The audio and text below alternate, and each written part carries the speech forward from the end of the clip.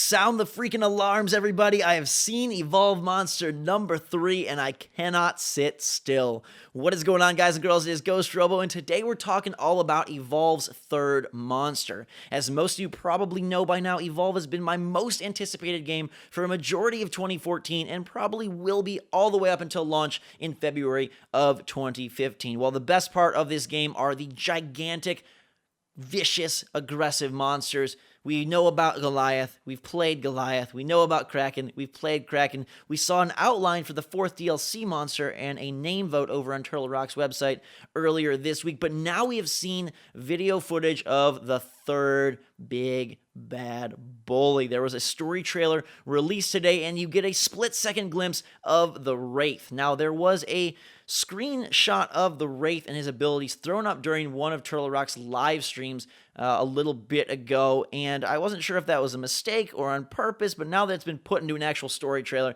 I feel comfortable talking about it. This guy looks absolutely epic.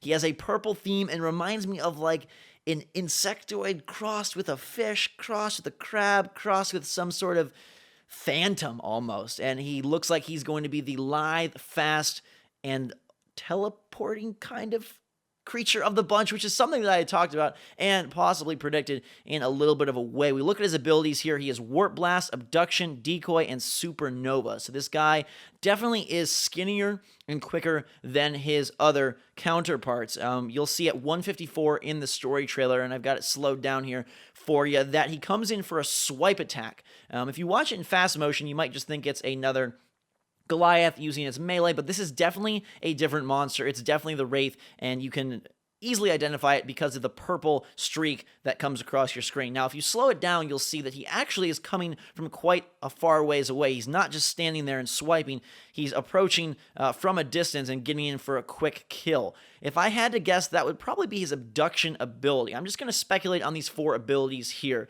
And we'll start with Abduction because that's the one I believe we see in the trailer. And it looks like that's something that will zoom him in and get probably a quick, overpowered melee strike on one of the hunters. The little icon is a giant claw grabbing a poor, screaming, tiny human hunter. And so that would make sense that that would be this attack we've witnessed at 154 of the story trailer. Now, Warp Blast, to me, that seems like something that he would teleport either away or to, and then ignite an area of effect explosion. So my guess is probably, I don't know what makes more sense. If he would go away and explode, that seems to be too powerful. So maybe it's he comes into the fight and then it issues a blast, or maybe it is that he, leaves the battle and blows up the hunters because he's trying to get in and out. I'm guessing he'll have left less armor and less health than the other two.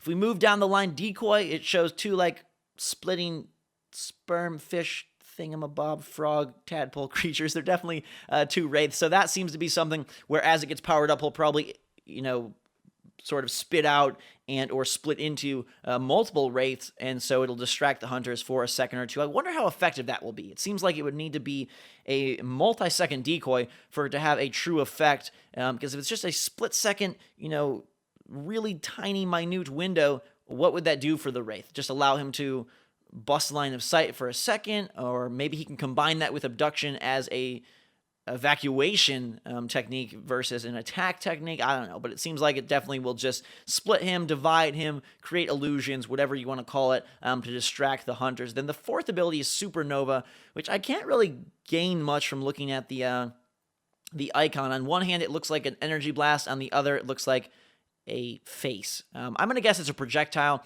because all of the monsters have some sort of projectile, and it would make sense to give the Wraith something to make him deadly at distance.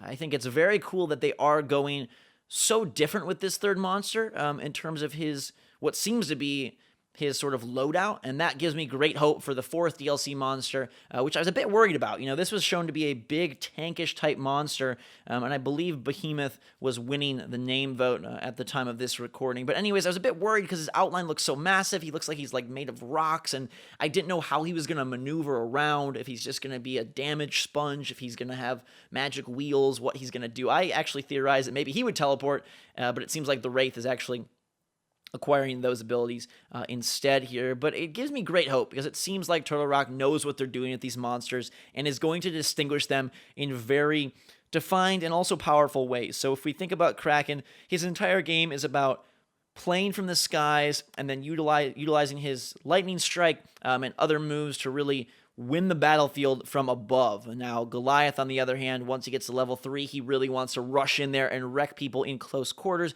It seems like Wraith is going to be more of a snipe in and snipe out type monster, going after individual hunters and probably suffering if it comes to a big team fight.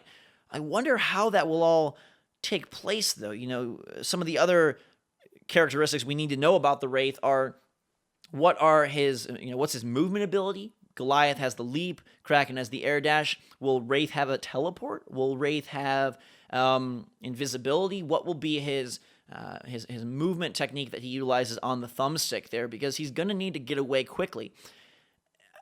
Where I have a bit of just, it's not a concern, it's more just question about Wraith, is at the end of the match. You know, we think about Kraken or Goliath, and they've adjusted the balance back and forth of like how much health the generator has, how easy it is for the monster to take down. Well, after the alpha, I think they definitely need to increase the HP of the generator and make it more difficult for the monster to take out, especially when it is Goliath. But if you have a more vulnerable monster, does that make that generator much more alluring for the hunters? So for example, if it gets to the generator point, why would the hunter crew not just wait for Wraith? Right? They could just sit there, and if all he can do is take on one at a time, if he's very weak when it comes to overall health and armor, why would they not just hole up and wait? So there's clearly some things about Wraith that I don't know, that we don't know, that we can't predict, because there's no way that Turtle Rock would create a monster and just have it come to this very awkward point where the hunters just wait it out every single time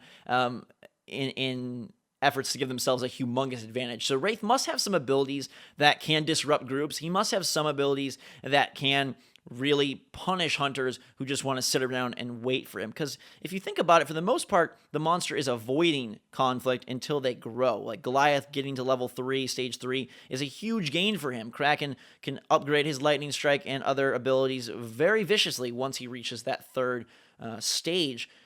If this guy is more about getting in and out for a quick kill, it seems like he's going to have to bring the fight even more to the hunters than the other guys, even if he is the one with the least health, if that makes sense. It's sort of a contradiction, a paradox, but it could play into some really interesting rounds and some really diverse gameplay, and I think that's what they have to get right here in Evolve. If you want this game to last for a long time, if you hope for it to have a competitive scene, or at least just have a player base that sticks with it throughout the months and years, you're going to need to have scenarios where the games, the matches, the modes can feel drastically different. We've heard about the nest mode, which tasks the hunters with destroying these eggs. The monster can go and hatch some to help him out. That sounds very fun, and there's the promise to be more modes down the line as well, but a monster that can evoke almost a different feel of the gameplay just by himself in the main hunt mode, like that is really, really awesome. And so if Wraith can feel very different, if he can require high level play, if he can be a fun alternative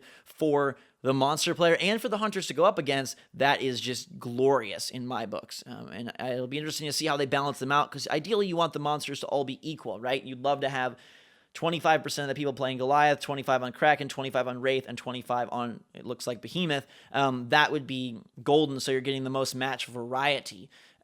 If Wraith is weaker, if he requires more skill to play, that could screw up that balance, but maybe they're okay with that. Perhaps Wraith is a high-level monster, high-risk reward, like they've sort of shown with some of the hunters. There's definitely some medics and supports and whatnot that seem to elicit a need for more skill than others, at least based on what I've seen thus far. I cannot wait to get my hands on the freaking Wraith. I hope to God they do a proper reveal and show off his moveset soon. I hope to God I get to play him sometime soon. I don't know when or where that will be, but holy crap, I am just antsy as all heck right now. I saw that little glimpse. I was watching it in slow-mo. I've been staring at this screenshot with his move chart and just like freaking out because I want to see how it feels. I want to get my hands on the Wraith and see what kind of just wigwam wickedness he can inflict upon these poor human hunters. It was a cool story trailer as they come to evacuate this very important planet and stave off this monster onslaught. It's cool to see like a ton of Goliaths running through a field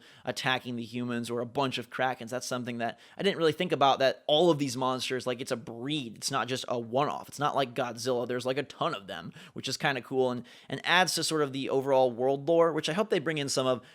As we saw with Titanfall, it was difficult to have an online-only game succeed, and they tried to bring in a story mode, and it really was subpar, even more so than I expected. I don't think Evolve is going to go with a single-player route at all, but I do see signs that they have more care and effort invested in building up the world and the lore around it to provide a more fulfilling experience, even if it is multiplayer only. But let me know in the comments below what you think of Wraith, what you think his moves will be, if you're excited for this third monster. Again, watch that footage. You can see that purple streak. We know it's him. We know it's him. We have seen him. Thank God. I have been waiting for so long. Seriously, this is like one of my favorite reveals of the year, even if it was supposed to be a little bit of a secret reveal. We've seen him. We've seen him. The Wraith, that is who he is. Until next time, guys and girls, thank you guys for being awesome. You're not monsters. You are my favorite friends and fans. So make sure to smash that like button if you enjoyed this video and are excited for Evolve and more monster goodness. Thanks again. Drink some hot chocolate. Until next time, we will see you all later.